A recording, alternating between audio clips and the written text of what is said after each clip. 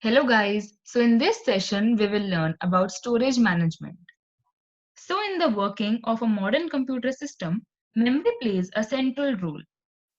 Both CPU and IO system interact with the memory. Memory is a large array of words or bytes, each with its own address. The CPU reads from and writes to specific memory addresses. A program must be assigned some memory area and loaded into memory in order to be executed. As the program executes, it accesses program instructions and data from memory by generating addresses of the allocated memory. When a program terminates, its memory space is declared free and the next program may be given the same memory area. There can be many user programs loaded in the memory along with system programs and operating system. In this section, we will discuss about various approaches to memory management and their relative effectiveness. Now let's understand something about contiguous storage allocation. In this classical approach, each problem which is to be executed is allocated a contiguous storage memory. Each job step is considered as a single independent entity for allocation of a contiguous storage area. At every job step initiation, the OS has to ensure that sufficient contiguous area is available to accommodate it. Now let's understand something about non-contiguous storage allocation. In non-contiguous storage allocation, a program can be stored in non-contiguous memory areas. A program is divided into smaller components of equal sizes. One or more components can be stored in the non-contiguous memory areas. Each component in that particular area is provided addresses that is from 0 to n. For example, a program P requires 90K memory for its execution, but main memory cannot provide 90K contiguous memory, though it has 120K available in non-contiguous form. Now let us say the program is divided into smaller components of 10K. So 9 components are stored as 4 in the first free memory area and 5 in the next free memory area.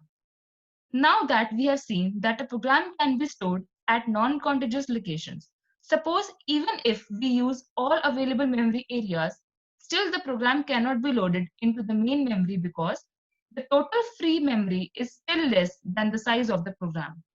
To solve such a problem, we require a technique with which a program can still be executed even if all of it's not loaded in the memory. Virtual storage helps one perform such an execution, which is being covered in next section. The two main approaches of virtual storage are program paging and the second is program segmentation. In paging, the computer system is responsible for splitting a program into program segments called pages, whereas in segmentation approach, the programmer identifies the logical entities in the program and declares them as program components or segments. Let us consider both of these approaches one by one. So the virtual storage using paging. In paging, each program is split into fixed size program components called pages. Pages in a program and words in a page. Both are numbered from 0 to n, that is their logical addresses. The range 0 to n of logical address is called virtual address space or logical address space. The range of main storage addresses, that is from 0 to n, is referred to as physical address space. In order to execute a program, some pages of it are loaded in the main memory depending upon storage availability. During its execution, the program generates page number which is mapped to find its physical location and then the page is accessed. When the required page is not in the main memory, an interrupt known as missing page interrupt is raised. This interrupt is popularly called as page fault. The OS now takes action by bringing the required page from the storage, secondary storage into the empty page block. This operation is called page in. After page in, page map table is modified and new entrant page physical address is also stored in it and then the execution resumes. What if no empty storage block is available? In that situation, a storage block is vacated by moving out page from main memory storage to secondary storage, also called as page out. The reading and writing of pages determines page traffic. If page traffic is too much, the situation is called thrashing.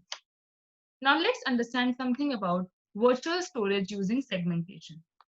This scheme is implemented in the same manner as paging is implemented. The point where it differs from paging is the use of program segments. A program segment is a logical unit of a program defined by a programmer. Or we can say it is a piece of program logic which performs a specific task. For accessing a particular word in the segment, its logical address consists of two parts. First is segment number and the second is word number. This segment number is mapped onto segment table to get physical addresses of a segment, and by adding the word's identification number, physical or actual address of the word is found out. Again, the hardware unit, address transformation unit, responsible for generation of actual address of the required word within the segment. In the same way, the segments in the memory are processed, and if a segment is not available in the memory, segment missing fault is interrupted or raised. So there are obvious similarities in these two virtual storage implementation techniques. To increase the efficiency of a system, sometimes paging and segmentation is combined. A large segment can be broken into pages. A segment obviously would be stored in a contiguous area. Now within this, paging can be implemented, making swapping is possible. It improves the efficiency of the system as access of pages within the segment is fast enough. The address now contains the segment ID, page number within the segment, and a word in a page. For each segment, a separate PMT, that is a page map table, is maintained. Operating systems like IBM and Multics also use this very techniques of segmentation and paging. So in the next section, we will learn about different operating systems that are commonly used. So till then, do subscribe and like my channel and share my videos as much as possible. Thanks for watching.